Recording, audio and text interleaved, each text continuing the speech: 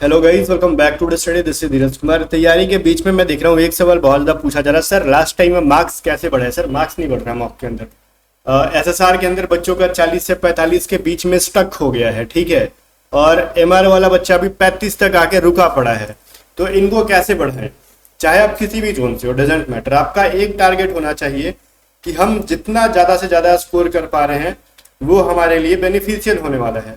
Okay बच्चा, चलो अब हम इसके अंदर बात करने वाले हैं बहुत डिटेल में जाके कि स्कोर 10 नंबर तक कैसे बढ़ा सकते हैं एसएसआर के अंदर। एमआर के अंदर अगर भी आप 30 प्लस ला रहे हो तो 5 से 7 नंबर और कैसे बढ़ा सकते हैं। लेकिन एमआर के अंदर आप 20-25 पे अटके हो तो 10 नंबर तक इसमें भी कैसे बढ़ा सकते हैं। वो सभी चीजों के ऊपर हम डिटेल में बात करेंगे। बस पेशेंस के साथ बने रहना, चीजों को अच्छे से समझना।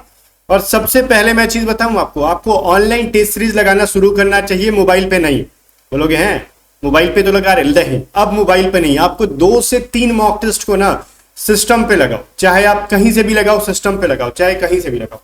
अगर आपके पास खुद का नहीं है, फ्रेंड का मांग लो 1 घंटे के लिए, आधे घंटे के लिए। एमआर वाले आधे घंटे के लिए मांग ले, एसएसआर वाले 1 घंटे के लिए मांग ले, या फिर उनके घर चले जाओ। फ्रेंड के पास भी नहीं है, ऑनलाइन जो सेंटर ऑनलाइन दुकान होता है ना, उस पे से तुम 20-30 रुपए देखिए, घंटे के लिए ले लो, हायर कर लो, ठीक है। 1 घंटे के लिए 20-30 रुपए में दे देते हैं, कहोगे टेस्ट लगाना है दे देंगे। अब मान लो चीजें हैं, कहोगे सर 20-30 रुपया टेस्ट के लिए देंगे, 100-150 टेस्ट मतलब लैप कंप्यूटर के लिए देंगे, 100-150 तो टेस्ट के लिए लेते हैं। नहीं, आपको टेस्ट कहां से लगाना है, बहुत ही कम प्राइस के अंदर ए टू जेड स्टडी ऐप से। ए टू जेड स्टडी ऐप पे देखो, जो मैंने 35 रुपया करा था फिर से 25 रुपया कर दिया एसएसआर का मॉक टेस्ट। बोलोगे सर इतना सस्ता में मॉक टेस्ट कोई दे सकता है क्या। हम बोलेंगे ए टू जेड स्टडी देता है, हम देते हैं आपको। क्यों, मुझे पता है कि आपने ऑलरेडी इतने पैसे वेस्ट कर रखे हैं फॉर्म भरने में वगैरह वगैरह चीजों में। अब यहाँ पे भी आपसे लूट ले तो वो अच्छा नहीं लग रहा है। जस्ट 25 रुपीज के अंदर हम आपको एसएसआर का 10 मॉक टेस्ट दे रहे हैं। आप इसको अपने लैपटॉप के अंदर भी लॉग इन कर सकते हो, ठीक है। अब लैपटॉप के अंदर कैसे लॉग इन करना है, या तो डिस्क्रिप्शन में हमने वेबसाइट का लिंक दिया है वहां से कर लो, या फिर व्हाट्सअप करके पूछ लो, हमारी टीम आपको बता देगी किसी के कंप्यूटर में कैसे लॉग इन करना है। हमारी टीम से पूछोगे, व्हाट्सअप करना, कॉल मत करना, कॉल कोई नहीं रिसीव करेगा आपका, व्हाट्सअप करोगे आपको बता देंगे। आप 10 मॉक टेस्ट को लगा के ही जाना, बहुत ही हेल्पफुल होगा। और अपने देखो, आपने इसको लैपटॉप पे लगा लो आराम से, फिर घर आ जाओ, अपने फोन में आके ऐप डाउनलोड करके सॉल्यूशन देख लो, सिंपल, क्या ही दिक्कत है। एसएसआर का तो हो गया। एमआर के लिए बोलोगे सर हमारा दुख कौन सुनेगा, अरे भैया आपका दुख तो और सुन रहे हैं, हम 11 रुपए में 15 टेस्ट दे रहे हैं आपको। अब कोई एक्स्ट्रा चार्जेस नहीं, सिर्फ 11 रुपीज में, एंड एसएसआर का सिर्फ 25 रुपीज में, ठीक है बच्चा। जाओ अभी डाउनलोड करो ए टू जेड स्टडी ऐप, या फिर आप सिस्टम में लॉग इन करना है व्हाट्सअप करके पूछ लो, या फिर किसी को iOS के अंदर चलाना है वो पूछ लो। अब बच्चा हम बात करते हैं मार्क्स कैसे बढ़ाना है। मार्क्स कैसे बढ़ाना है वो अभी के अभी सुन लो बहुत अच्छे से।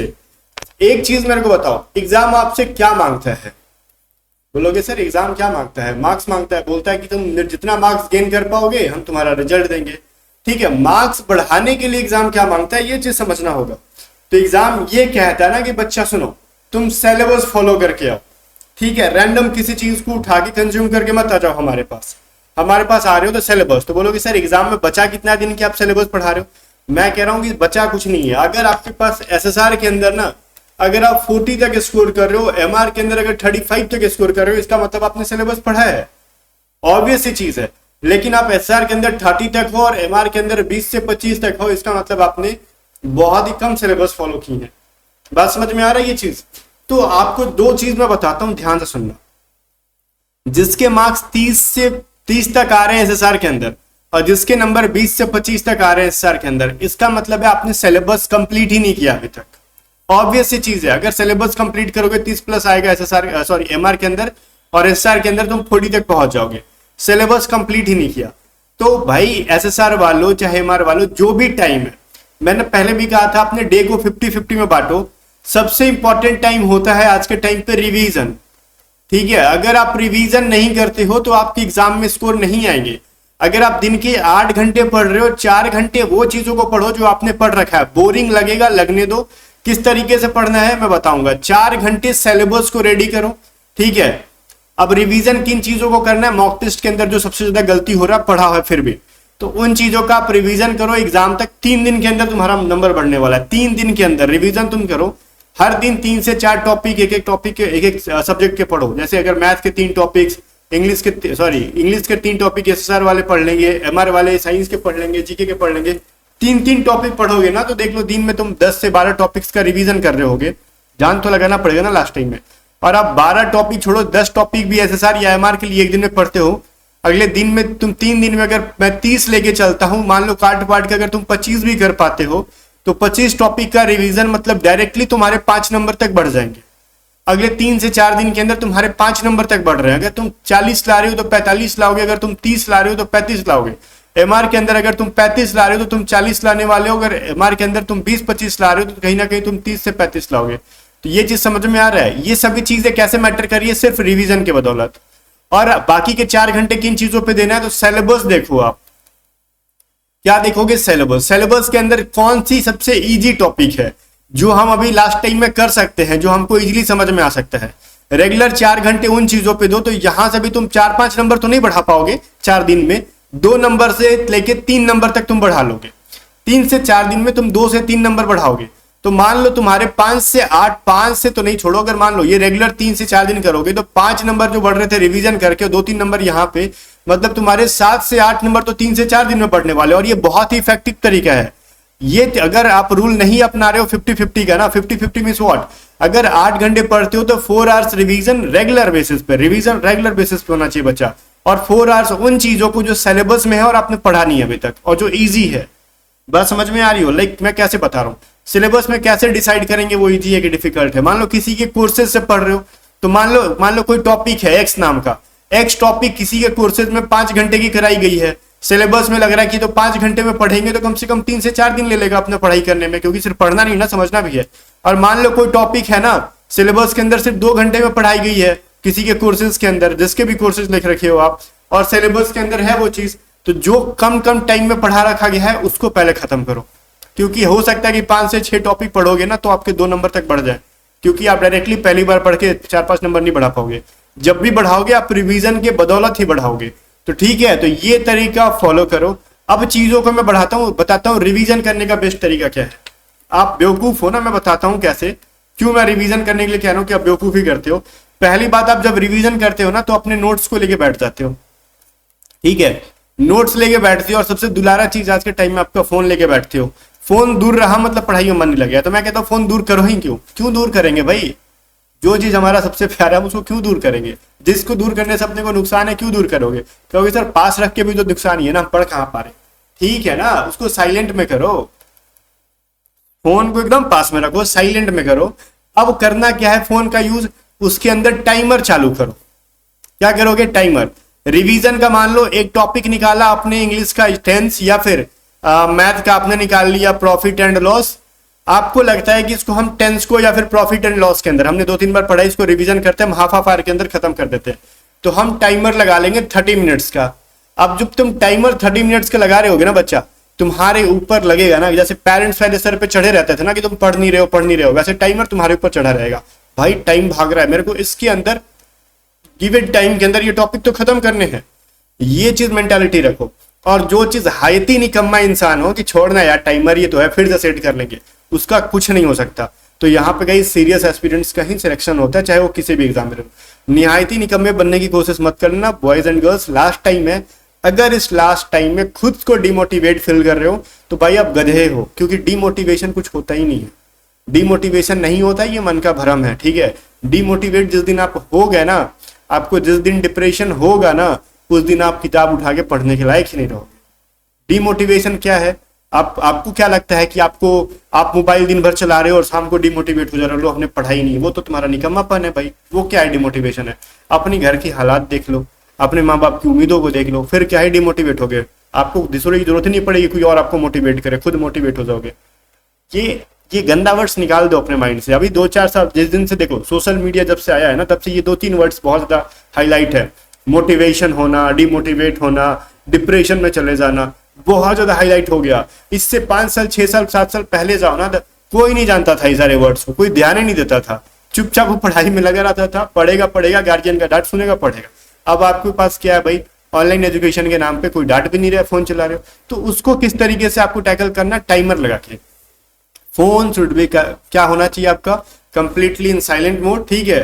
तो ये चीज आपको होना चाहिए कि फोन साइलेंट मोड करो, टाइमर ऑन करो, फोन का परफेक्ट यूज यही है। और जैसे ही 30 मिनट्स होगा ना तो फोन बाबा खुद चिल्ला चिल्ला के रोने लगेंगे, हाय हाय हाय टाइम हो गया तूने पढ़ा नहीं, ठीक है।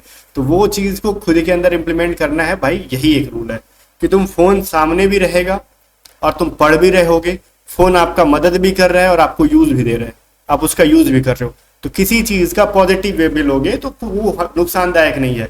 तो ये फोन में टाइमर दिया है, दबा के यूज करो। लग रहा है कि हम यूट्यूब पे शॉर्ट्स देख रहे हैं तो वो चीज कोई नहीं छोड़ा सकता, आपको खुद छोड़ना पड़ेगा, ठीक है। अदरवाइज जिस दिन आपका रिजल्ट आएगा उस दिन डिमोटिवेट, सच में उस दिन डिमोटिवेट हो जाओगे, हमारा हुआ नहीं, फिर कहोगे कि आई एम लूजर, फलाना फलाना, तुम स्टेटस लगाओगे। उन सब चीजों का कोई मतलब नहीं बनता तुमसे। कोई देखो आज के टाइम पे आपसे कोई हमदर्दी नहीं लगाएगा, जताएगा, कोई नहीं जताएगा, क्योंकि हर इंसान के पास अपने लेवल की दुख है। तो आपके दुख में वो क्यों परेशान हो, आपका अपना दुख है, अपने दुख का, अपने प्रॉब्लम का सॉल्यूशन भी आपको खुद खोजना होगा।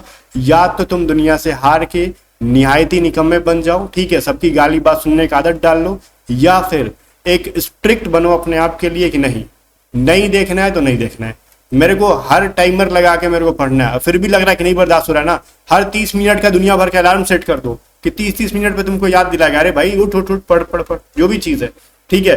तो रिवीजन करने का एकमात्र तरीका है कि आपको, अगर आप 8 घंटे पढ़ते हो रेगुलर बेसिस पे, तो 8 घंटे में 4 घंटे रिवीजन करो एंड न्यू चीजों को पढ़ो।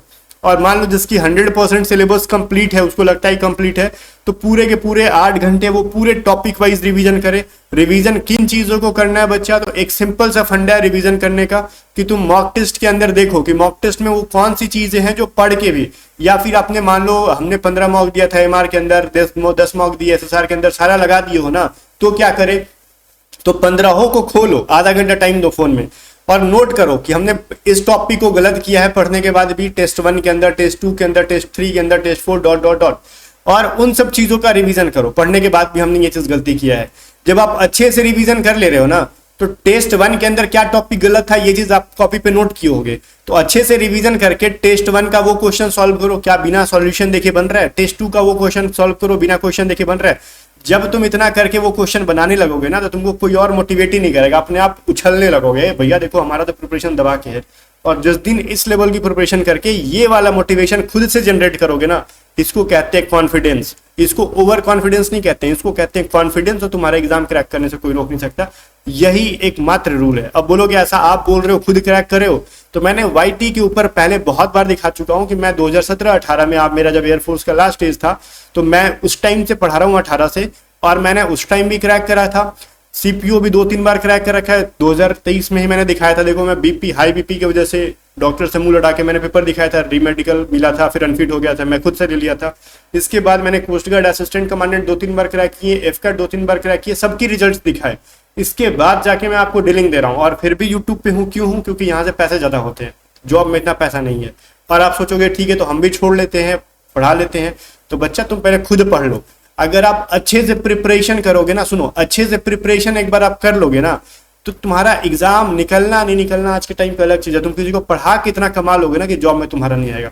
उसके लिए क्या होना चाहिए, एक बार तो मन से प्रिपरेशन कर लो किसी एग्जाम की। मैंने एक बार तो करी होगी ना, मैं मेडिकल में, फिजिकल में आउट हुआ, उससे मेरे को कोई सिकवा गिला नहीं है। मैं एटलीस्ट किसी को पढ़ा के तो इतना कमा रहा हूँ कि जितना गवर्नमेंट जॉब वाले नहीं कमा रहे हैं। तो इस चीज का मलाल आपको खुद से नहीं होना चाहिए कि हमने पढ़ा नहीं। आज टाइम में रिविजन कर लो, जो भी टॉपिक में प्रॉब्लम आ रहे हैं, हमारे पीडीएफ बाय करके टॉपिक वाइज आप प्रैक्टिस कर सकते हो, ठीक है। पीडीएफ को बाय करने के लिए व्हाट्सअप कर सकते हो 7279047787 पे। ये सारे पीडीएफ एमआर और एसआर के लिए है, मेडिकल असिस्टेंट के लिए भी है, बहुत आपको हेल्प करने वाले guys. And online mock test तो लगा के ही जाना है टू स्टडी ऐप से, क्योंकि इतना कम प्राइस के अंदर इतना बेस्ट मॉक टेस्ट कोई देगा नहीं। और इसकी प्राइस हम लोग बढ़ाएं उससे पहले आप लगा लो इसको।